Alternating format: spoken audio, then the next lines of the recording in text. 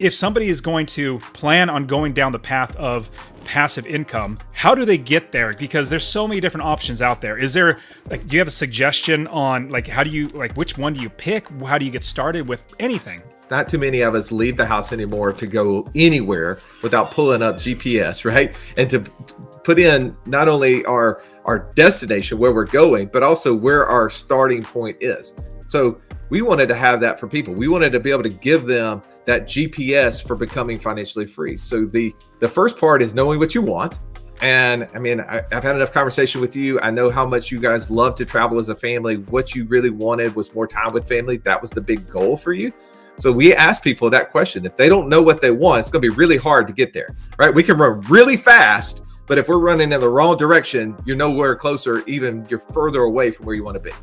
But as far as like picking the types of investments, I think it starts with that, right? You need to know exactly, like, what is it that you really wanted from the investment? Do you want more money? Like, are you looking for lumpy sums of money? Or are you looking for monthly income streams? Are you looking to be involved both on the front end, the back end, whatever? Or is it going to be completely hands off for you? So for us, we need to better understand what you're looking for. We have a airplane pilot as one of our coaches. And he always says, you know, if you're asking me, hey, where should I travel to and help me pack the bag, he needs to know those destinations. Where are you going to go? Otherwise, you know, he doesn't know to tell you what you should be putting in your briefcase or in your suitcase.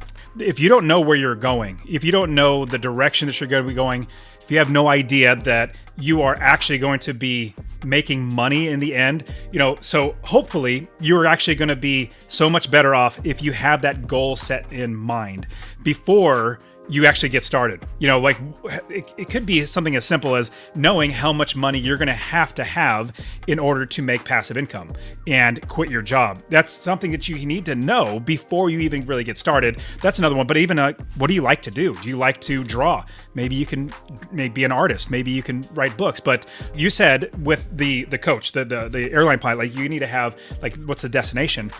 If they have the destination, what do they do from there? Yeah, so the thing that we kind of hit on a second ago is this idea of an investor DNA, because one of the most common questions we get is, what type of investment should I pick? And usually it's like, what are you doing? Because they just assume, like, I'll shortcut the process by just following what you do.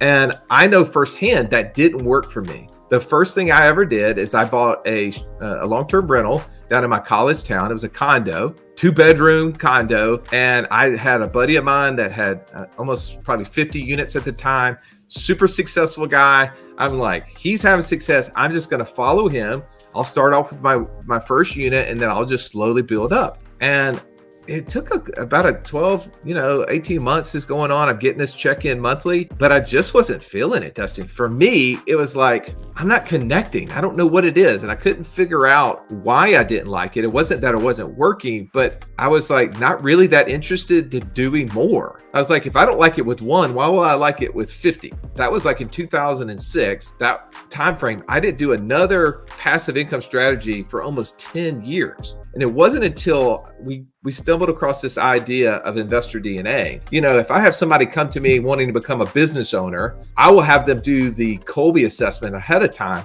And if it doesn't show certain aspects, I will deter them from actually going into that arena. And I thought, that's fascinating. I bet you that same idea applies in investing, right? Like, not from the risk-based financial planning world I'd come from with what you should invest in or not, but really, how do you see it? Like, what is your personality style? And so what we did is we actually went and found a different model that would work. We have people go through this personality assessment. And then now we've built out this passive income matrix that has, I think, maybe 13 to 15 different options on it now. And what we did is we followed DISC, the DISC model. And so if you're like a D, right, you're very results oriented, very driven, want to get to the bottom line very quickly, and hate inefficiencies, then we go through and show you what you would like about every one of those options. And so you will read from your point of view, which each one of those options will give you. And then we do the same thing for cons of it. So we'll say, here's all the things that you will hate about these 13 to 15 options based upon your own personality. And then the third category is, what are all the key factors factors that go into it, like how much capital or how much time, or all these things, you know, that will be involved. And so you get to see it from your own point of view. And so to answer your question in a very long way, ultimately, what we wanted to do is help people take this big wide world of investing and all these different passive income streams that are possible